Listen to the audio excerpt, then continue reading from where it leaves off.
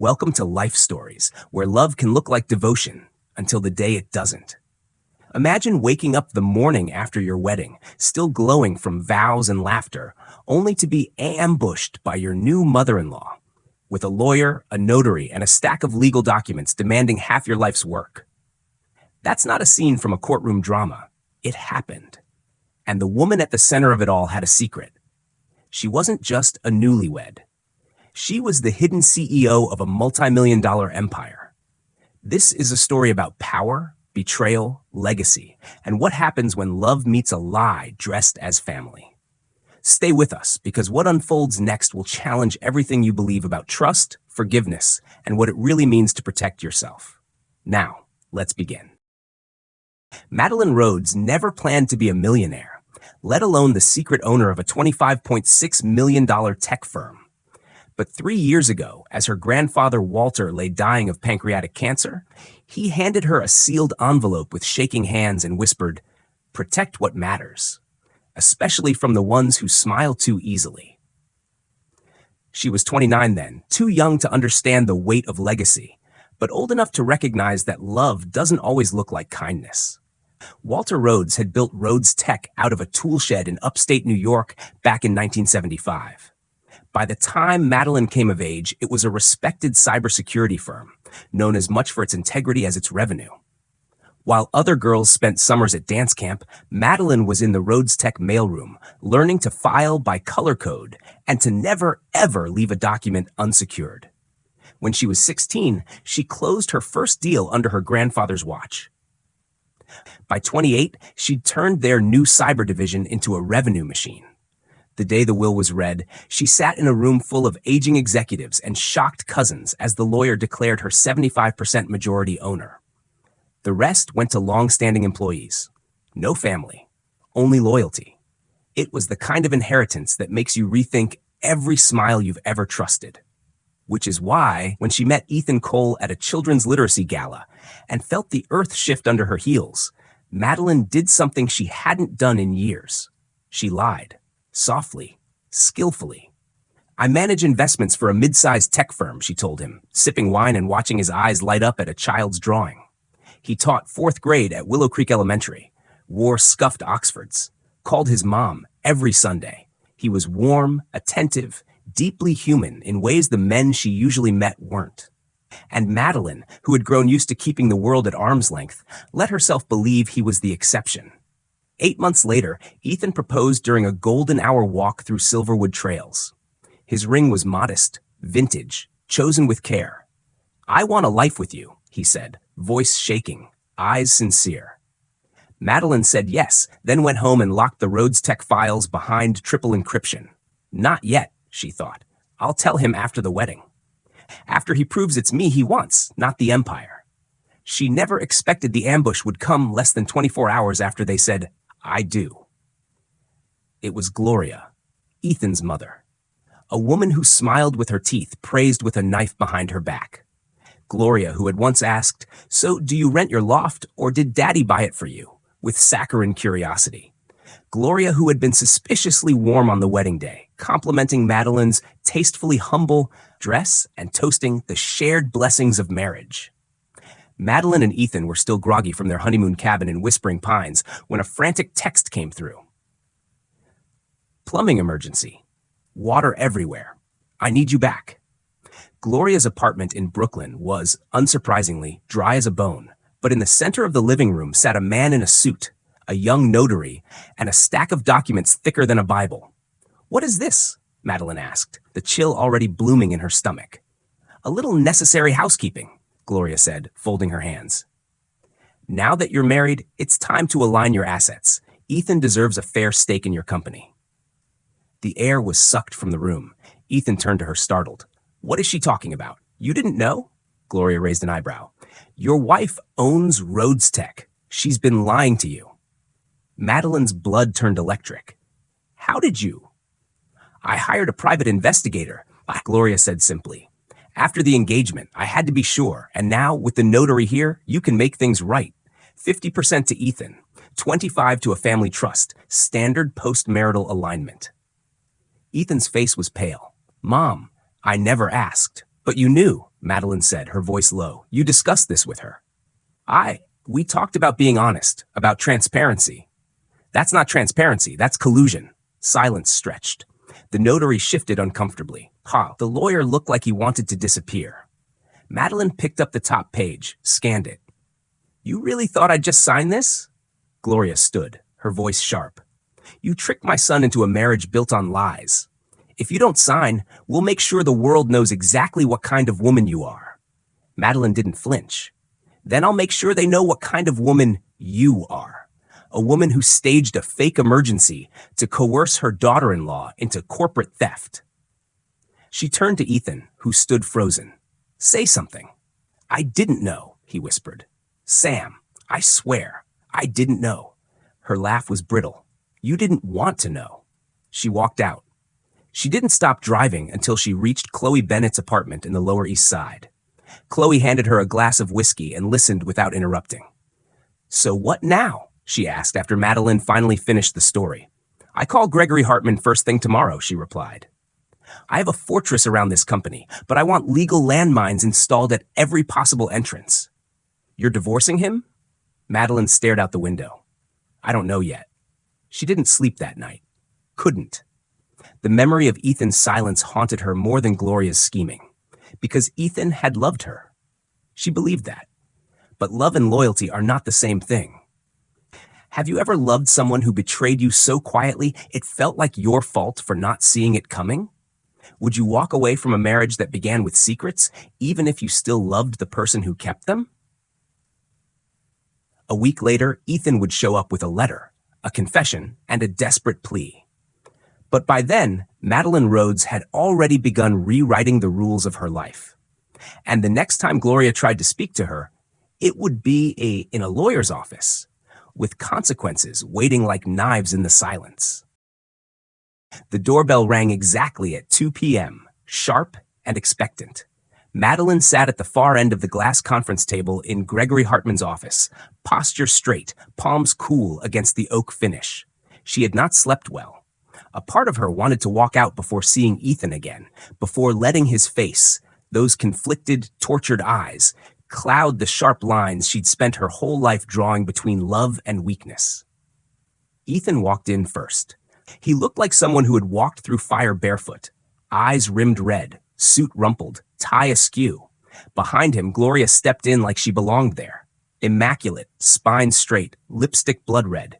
She met Madeline's eyes but said nothing. Gregory cleared his throat, neutral as a war mediator. Let's begin. Madeline didn't look at Ethan. Her voice was steady. You arranged a meeting to explain yourselves. So explain. Ethan leaned forward. I didn't know about the notary, touch about the documents.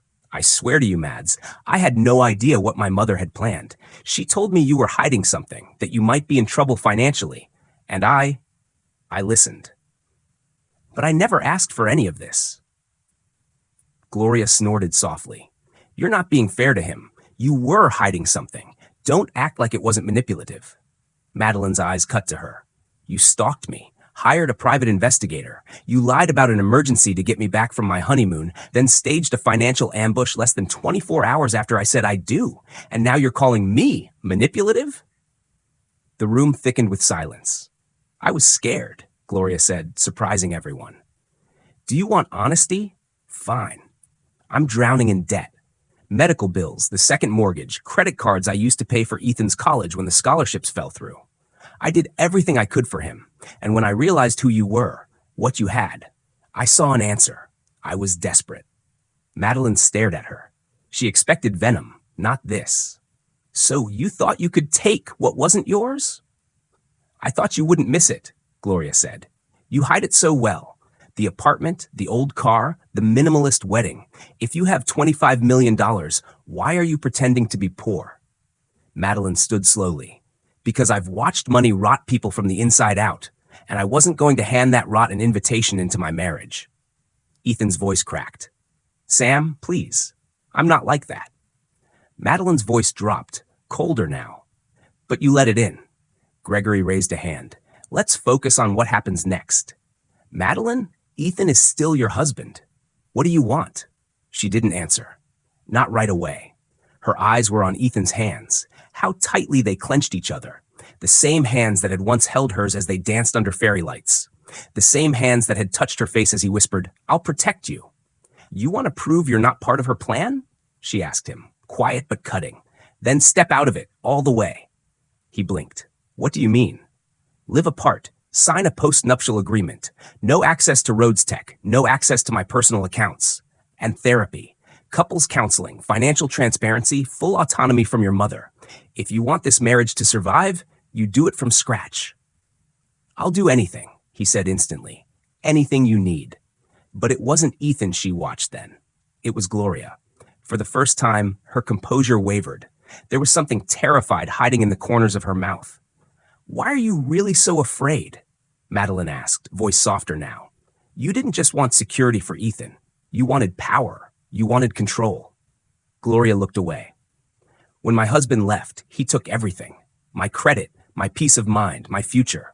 I spent 20 years rebuilding with duct tape and night shifts, so no, I'm not ashamed of wanting to make sure that never happens to my son." "But that wasn't your choice to make," Madeline replied, "and it sure as hell wasn't yours to steal." Gloria didn't answer.